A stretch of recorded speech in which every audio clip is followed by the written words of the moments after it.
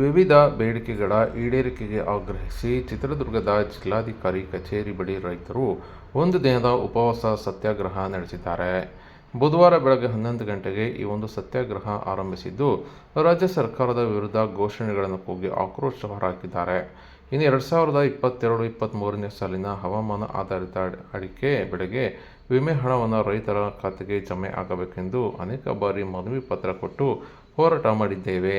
ವಿಮೆ ಹಣ ತುಂಬಲು ಎಲ್ಲ ಅವಕಾಶಗಳು ಇದ್ದರೂ ಸಹ ಅಧಿಕಾರಿಗಳು, ಕಂಪನಿಯ ಮಾಲೀಕರು ಶಾಮೀಲಾಗಿ ಚಿತ್ರದುರ್ಗ ಜಿಲ್ಲೆಯ 6 ತಾಲೂಕಿನ ರೈತರಿಗೆ ಸರಿಸುಮಾರು 19 ರಿಂದ 20 ಕೋಟಿ ಹಣವನ್ನು ಕೂಡಲೇ ಜಮಾ ಮಾಡಬೇಕೆಂದು ಒತ್ತಾಯಿಸಿದ್ದಾರೆ.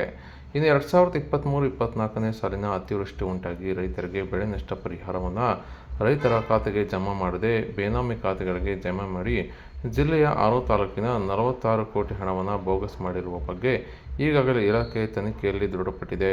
ಇನ್ನು ಅಕ್ರಮದಲ್ಲಿ ಭಾಗಿಯಾದ ಅಧಿಕಾರಿಗಳ ವಿರುದ್ಧ ಇದುವರೆಗೂ ಯಾವುದೇ ಕ್ರಮ ಜಾರಿಯಾಗಿಲ್ಲ ಮತ್ತು ಆ ಹಣವನ್ನು ಪುನಃ ರೈತರ ಖಾತೆಗೆ ಜಮಾ ಆಗಬೇಕು. ಇನ್ನು 2024-25ನೇ ವರ್ಷ ಜಿಲ್ಲೆಯ ಬಹುತೇಕ ಭಾಗದಲ್ಲಿ ಬಿತ್ತನೆ ಮಾಡಲು ಮಳೆ ಬಂದಿರುವುದಿಲ್ಲ. ಇಂಥ ಸಮಯದಲ್ಲಿ ಎಲ್ಲ ರೈತರಿಗೂ ಶೇಕಡಾ 25% ಬೆಳೆ ವಿಮೆ ರೈತರ ಖಾತೆಗೆ ಜಮೆ ಆಗಬೇಕು ಮತ್ತು ಕೆಲವು ಭಾಗದಲ್ಲಿ ಬಿತ್ತನೆ ಮಳೆ ಬಾರದೇ ಇರುವುದರಿಂದ ಬೆಳೆಯಲ್ಲಿ ಬಹಳಷ್ಟು ಕುಂಠಿತವಾಗಿದೆ. ಬರ ಪರಿಹಾರ ಮತ್ತು ಬೆಳೆ ನಷ್ಟ ಪರಿಹಾರ ರೈತರ ಖಾತೆಗೆ ಜಮಾ ಆಗಬೇಕು ಮತ್ತು ಇನ್ನೂ ಹಲವಾರು ಬೇಡಿಕೆಗಳು ಈಡೇರಿಸುವಂತೆ ಆಗ್ರಹಿಸಿ ಜಿಲ್ಲಾಧಿಕಾರಿಗೆ ಮನವಿ ಕೂಡ ಸಲ್ಲಿಸಿದ್ದಾರೆ.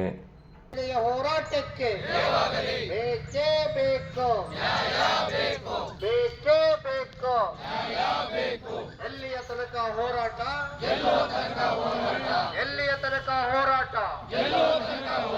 ರೈತ ಹೋರಾಟಕ್ಕೆ, ರೈತ ಚಳವಳಿಗೆ, ಜನ ವಿರೋಧಿ ಸರ್ಕಾರಗಳಿಗೆ, ವಿರೋಧಿ ಕೇಂದ್ರ ರಾಜ್ಯ ಸರ್ಕಾರಗಳಿಗೆ, ಜನ ವಿರೋಧಿ ಆಡಳಿತ ವ್ಯವಸ್ಥೆಗಳಿಗೆ, ರೈತರನ್ನು ಶೋಷಣೆ ಮಾಡುವ ಆಡಳಿತ ವ್ಯವಸ್ಥೆಗಳಿಗೆ ಬೇಕೇ ಬೇಕು, ಬೇಕೇ ಬೇಕು. ನಿಂತ್ಕೊಂಡು ಯಾಕೆ ಕಾಲು ನೋವು ಮಾಡ್ಕೊಳ್ಳೋದು?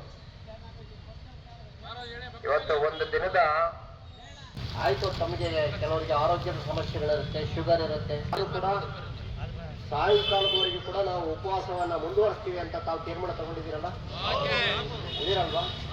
ತುಂಬಾ